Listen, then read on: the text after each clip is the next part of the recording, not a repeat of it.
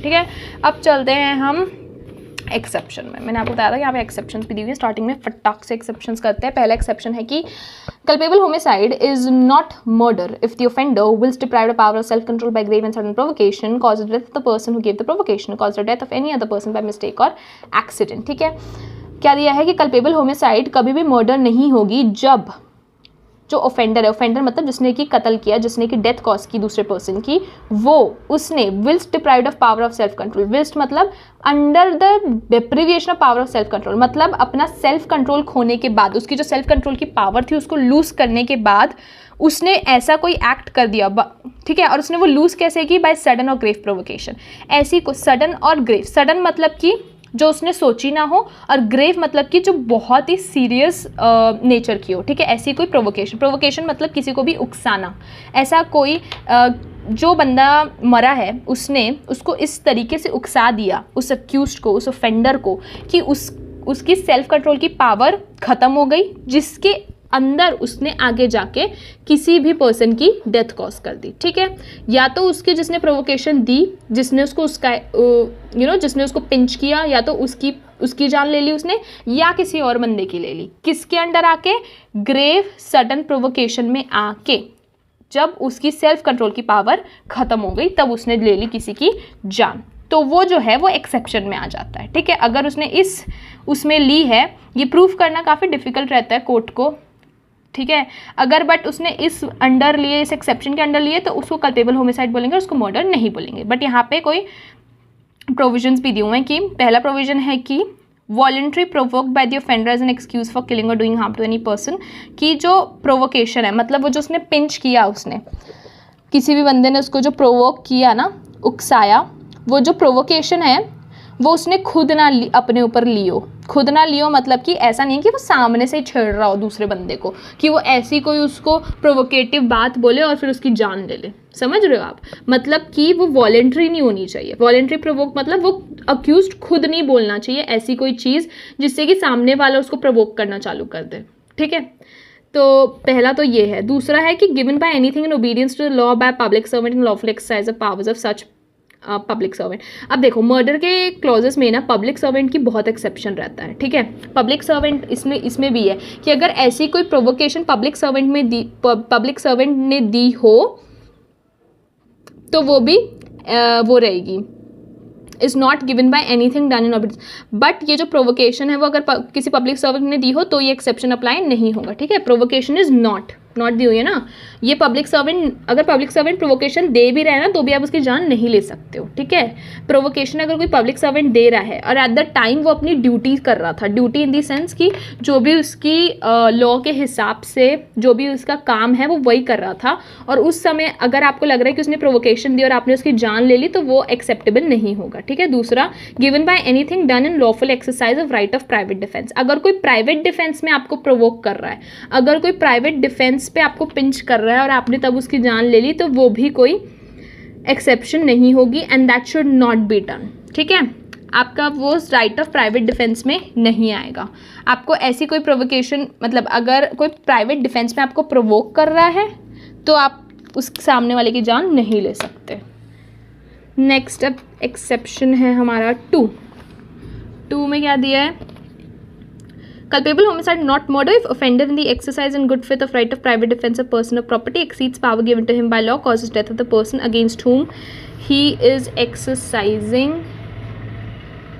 such right of defense without premeditation, without any intention of doing more harm than necessary for the purpose of such defense। अब second exception में दिया है कि culpable homicide murder नहीं होगी अगर कोई बंदा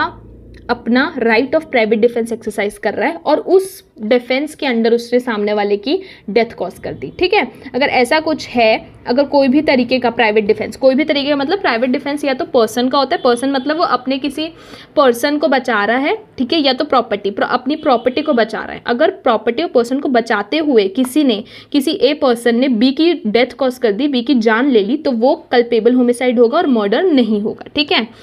भले वो अपनी पावर जो लॉ ने दी हुई है, पावर मतलब कि देखो, लॉ बोलता है कि जब भी आप अपना right of private defence exercise कर रहे हो, जब भी आप अपना प्राइवेट डिफेंस यूज़ कर रहे हो, तब आपको उतना ही फोर्स यूज़ करना है जितना कि डेंजर है, ठीक है। अगर कोई बंदा तुम्हारे पास अगर कोई बंदा तुम्हारे पास चाकू लेके आ रहा है, ठीक है, कोई थीफ या कोई भी पर्सन तुमको इंटिमिडेट कर रहा है चाकू से, तो आप उस पॉइंट पे सिर्फ वो आपको दिखा रहा है, वो यूज़ नहीं कर रहा है, ठीक है, सिर्फ आपको दिखा रहा है, तो आप उस रीज़न से उस सामने वाले बंदे की जान नहीं ले सकते, ठीक है। लॉ ऐसा बोलता है, आपको उतना ही फोर्स यूज़ करना पड़ेगा उसके अगेंस्ट जितना कि वो डेंजर कॉज कर रहा हो, ठीक है। तो अगर लॉ ये बोलता है, पर अगर उस लॉ की पावर के अंडर ना होके उस लॉ की पावर को एक्सीड करने के बाद आपने सामने वाले की जान ले ली, तो वो जो है it can come under exception 2, कि आप अपना प्राइवेट डिफेंस एक्सरसाइज कर रहे थे, but private defence of person या private defence of property. But इसमें भी 2 रिक्वायरमेंट है। रिक्वायरमेंट ये है कि आपने वो राइट विदाउट प्रीमीडिएशन किया है एक्सरसाइज, और without any intention of doing harm more than is necessary for the purpose of such defence. मैंने वही बताया आपको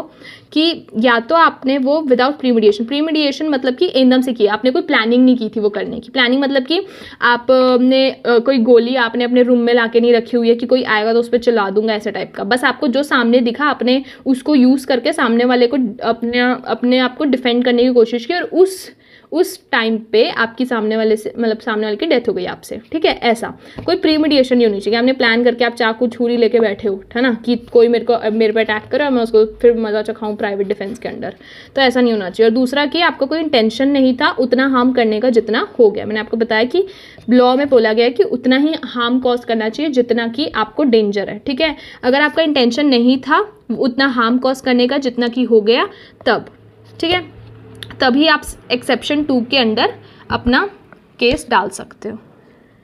अब exception 3 states that culpable homicide is not murder if the offender being a public servant, aiding a public servant, acting for the advancement of public justice, exceeds powers given to him by law, causes death by doing an act which he in good faith believes to be lawful and necessary for the due discharge of his duty as such public servant without ill will towards the person whose death is caused. Simply exception 3 ये बोल रहा है कि culpable homicide तब murder नहीं होगी जब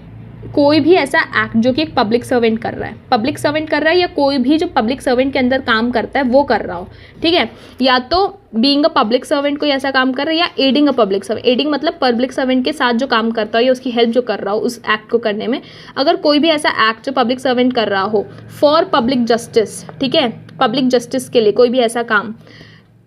और उस काम को करने में उसने उसको जितनी पावर्स दी है उससे ज़्यादा यूज़ कर ली, ठीक है, उतनी पावर्स नहीं है कि आप सामने वाले की डेथ कॉज कर दो, बट उसने उससे ज़्यादा प्रूफ यूज़ कर ली वो पावर। और क्यों करी? Because he thinks in good faith मतलब कि उसका जो इंटेंशन था ना वो बैड नहीं था, बोनाफाइड था। बोनाफाइड का मतलब होता है गुड फेथ में काम करना, कि आपको लग रहा है कि इससे सामने वाले का भला होगा। अगर आप गुड फेथ में एक्ट कर रहे हो, अगर कोई भी ऐसा पब्लिक सर्वेंट या कोई भी पब्लिक सर्वेंट का असिस्टेंट एक गुड फेथ में पब्लिक जस्टिस के लिए कोई ऐसा काम करते हुए जो कि उसको लगता है कि उसकी ड्यूटी है, necessary for the due discharge of his duty, अगर उसको लग रहा है कि वो उसकी ड्यूटी है और उसने ऐसा काम करते हुए किसी पर्सन की डेथ कॉज कर दी, ठीक है, whose person death is caused, अगर ऐसा काम करते हुए उसने किसी भी पब्लिक सर्वेंट ने सामने वाले बंदे की डेथ कॉज कर दी, तो वो कल्पेबल होमिसाइड होगा और मर्डर नहीं होगा, ठीक है, क्योंकि वो एक पब्लिक सर्वेंट है। दूसरा, वो पब्लिक जस्टिस के लिए काम कर रहा है। तीसरा, भले उसने पावर्स जो उसको लॉ ने दी है वो एक्सीड करी है, बट वो गुड फेथ के अंदर कर रहा है, कि उसको लग रहा है कि वो सामने वाले की या पब्लिक गुड के लिए सही होगा, और वो क्यों कर रहा है? For discharge of his duty, वो एज अ ड्यूटी मान के कर रहा है अपना ये काम, ठीक है, with and without ill will towards the person whose death is cause, और सामने वाले के अगेंस्ट उसके मन में कोई भी इल विल या फिर कोई भी बुरी इंटेंशन, बुरी फीलिंग्स नहीं थी, ठीक है। तब वो एक एक्सेप्शन जो है आएगा अपना, और वो जो है मर्डर नहीं, कल्पेबल होमिसाइड होगा। Exception 4, culpable homicide is not murder if it is committed without premeditation, sudden fight in heat of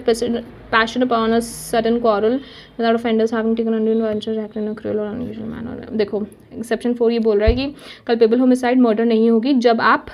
लड़ाई में, एक सडन फाइट में, विदाउट प्रीमीडिएशन मतलब कोई भी बिना प्लानिंग के अलावा, प्लानिंग मतलब कि अगर आप किसी से लड़ाई करने जा रहे हो, ठीक है, कि आज तो इसको मैं चकाऊंगा, और आप साथ में अपने गन लेके जा रहे हो पॉकेट में, और वो गन लोडेड भी है, सबसे बड़ी बात, तो आपने प्लानिंग करी है, करी है ना, उसको वही वो प्रीमीडिएशन बोल रहा है कि चलो आपने फाइट तो करी बट वो फाइट बिना प्लानिंग के, या आप किसी से लड़ने जा रहे हो और आप 10 लोगों को साथ लेके आ रहे हो जो कि फुल टू वेपनाइज्ड हैं वो लोग, ठीक है,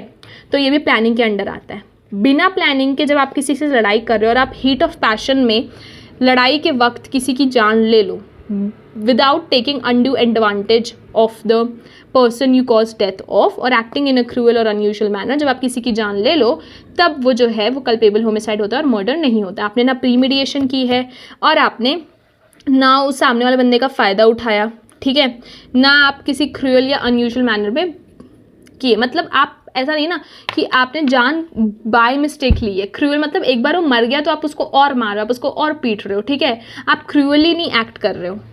तब वो जो है कल्पेबल होमिसाइड के अंदर आएगा एंड नॉट अंडर मर्डर।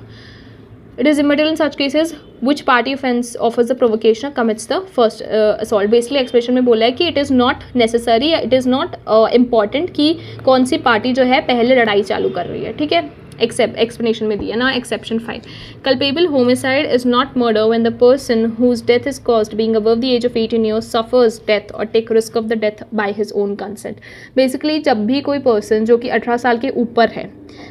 अपनी डेथ के लिए या अपनी डेथ का रिस्क उठाने के लिए कंसेंट दे देता है, ठीक है, तब जो है सामने वाला बंदा अगर उसकी डेथ कॉज कर दे तब वो कल्पेबल होमिसाइड होती है और मर्डर नहीं होता है, ठीक है। दो क्राइटेरिया है कि वो जो सामने वाला बंदा है वो 18 का प्लस होना चाहिए जो अपना कंसेंट दे रहा है अपनी डेथ कॉज करने का, ठीक है, जो कंसेंट दे रहा है वो 18 साल के अबव होना चाहिए क्योंकि तभी उसका कंसेंट जो है वो वैलिड होगा। और दूसरा कि वो कंसेंट किस लिए दे रहा है कि डेथ के लिए, कि हाँ I would like to suffer death और I would like to take the risk of death, ठीक है, खुद के कंसेंट से, तब जो है वो कल्पेबल होमिसाइड होगा और मर्डर नहीं होगा। We are done with exceptions, murder हो गया, कल्पेबल होमिसाइड हो गया। अब जल्दी से will do punishment for murder, ठीक है, सिंपल है, 103 में दिया है punishment for murder. It's stated that whoever commits murder shall be punished with death or imprisonment for life shall also be liable to fine, ठीक है। क्या क्या दिया है इसमें, दिया है कि डेथ पेनल्टी और इम्प्रिजनमेंट फॉर लाइफ और प्लस फाइन। सेकंड में दिया है when a group of 5 or more person acting in concert commits murder on ground of race, caste, community, sex, place of birth, language, personal belief or any other ground, each member of such group shall be punished with death or with imprisonment for life and shall also be liable to fine. Acting in concert मतलब अगर कोई साथ में मिलके 5 या उससे ज़्यादा लोग अगर साथ में मिलके किसी का भी मर्डर करते हैं ऑन दीज ग्राउंड्स, ठीक है, इन ग्राउंड्स पे, रेस हो गया, कास्ट हो गया, कम्युनिटी हो गया, जेंडर हो गया, प्लेस ऑफ बर्थ हो गया, या लैंग्वेज या पर्सनल बिलीफ, इसी किसी ग्राउंड पे अगर वो सामने वाले बंदी का मर्डर कॉज करते हैं तो उसके लिए या तो इम्प्रिजनमेंट फॉर लाइफ या तो डेथ और साथ में फ़ाइन, मतलब death or imprisonment for life के साथ आपको फ़ाइन भी लगेगा, ठीक है, अगर आप ऐसे किसी का मर्डर कॉज कर रहे हो, 5 लोग या उनसे ज़्यादा। फिर अपना आ गया कल्पेबल होमिसाइड, कहाँ है हमारा कल्पेबल होमिसाइड, या culpable homicide not amounting to murder, जब कोई कल्पेबल होमिसाइड करता है जो कि मर्डर ना हो, तो whoever commits culpable homicide not amounting to murder shall be punished with imprisonment for life or imprisonment for year for more term which shall not be less than 5 years but which may extend to 10 years and shall also be liable to fine. If the act by which death is caused is done with the intention of causing death or of causing such bodily injury as is likely to cause death or with imprisonment of either description for a term which may extend of 10 years and with fine. If the act is done with knowledge that it's likely to cause death but without an intention to cause death to cause such bodily injury is likely to cause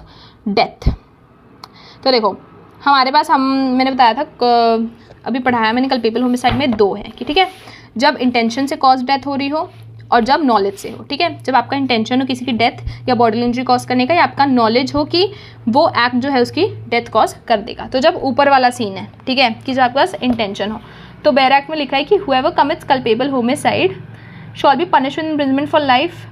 or term which may not last be done